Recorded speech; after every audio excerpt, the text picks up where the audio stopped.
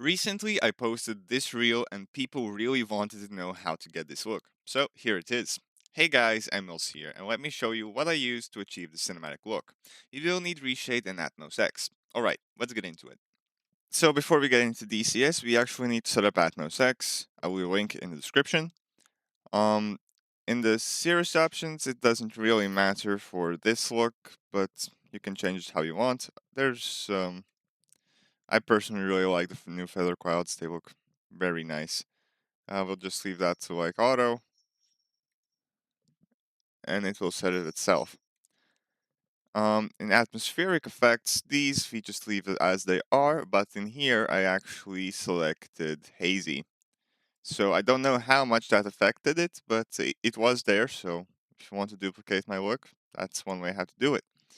And really, that is it. Now, Atmos-X is active on DCS World, so all we have to do is actually now launch DCS. What really helps while flying in DCS is head and eye tracking, and Beam Eye Tracker, the sponsor of today's video, is one of the best cheap solutions out there.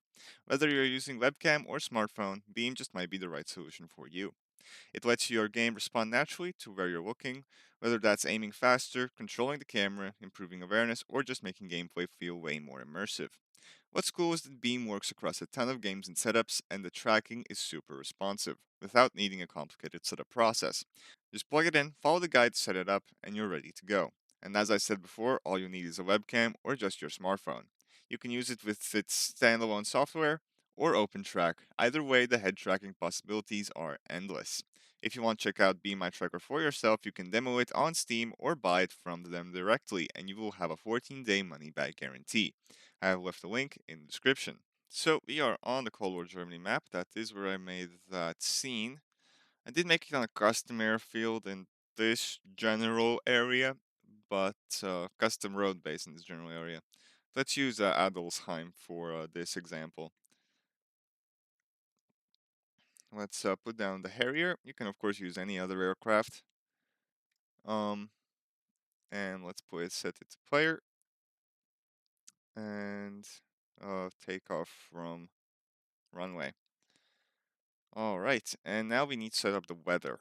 So in here you can see there's all the ED presets, and at the bottom now you have also the Atmos-X presets. What we do is select nothing, and then we go down here and we load one of these ATX thunderstorm presets. Now I think I used broken for that specific scene, but you can experiment with all of these and see maybe one works better for you than the other. And for time of day, I think might have been the default, maybe a little bit earlier or later. Don't know. Um, but yeah, I don't think it's gonna have much of effect with all the clouds around. Okay, and that's pretty much it. Of course, you can change your aircraft's livery if that's something you want. It's not gonna change the look from the inside, but let's try it out.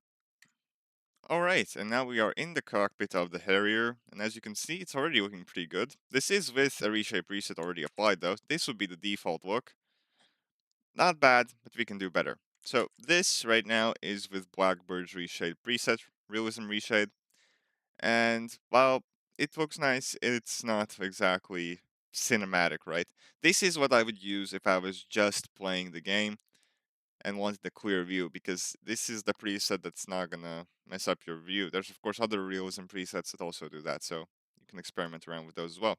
What I used for the cinematic look here is actually Fox 2's GoPro-esque preset. Well, right now it's a little dark, so we are gonna adjust the gamma. I think recommended was 2.2.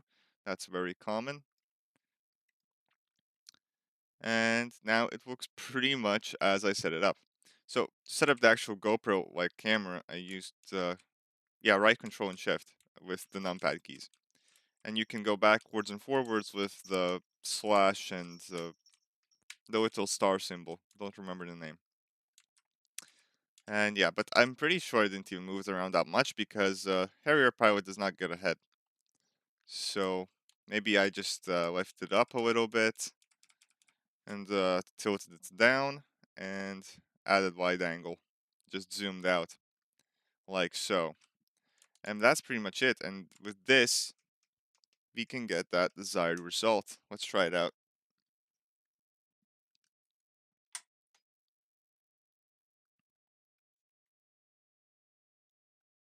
Now, problem here is I don't see the speed.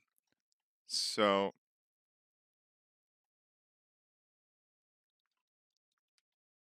oh no, I can't move the stick.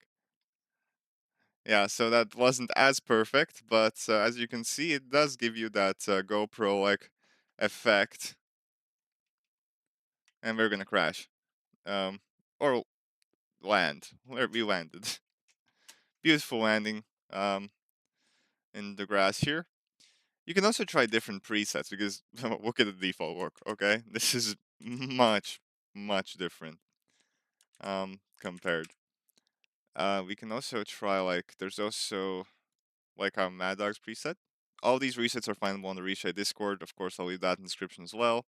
This is another very similar effect, but just a bit different. Less bluey. Less blue. Can also try like 90s camera. That's horrible. Well, this is also an option, but I think that's not going to be as nice. Let's see, maybe switch to cinematic. Oh, he's very similar to, I think. This is another cinematic preset, so to be fair, this one looks very nice. So this is with the preset and this is without. I would say it still gives a nice look to the game. So I hope that was helpful for you guys. I find that Atmos-X and Reshade have really made it possible to achieve some really nice looking cinematic clips and also a realistic look while you're just flying.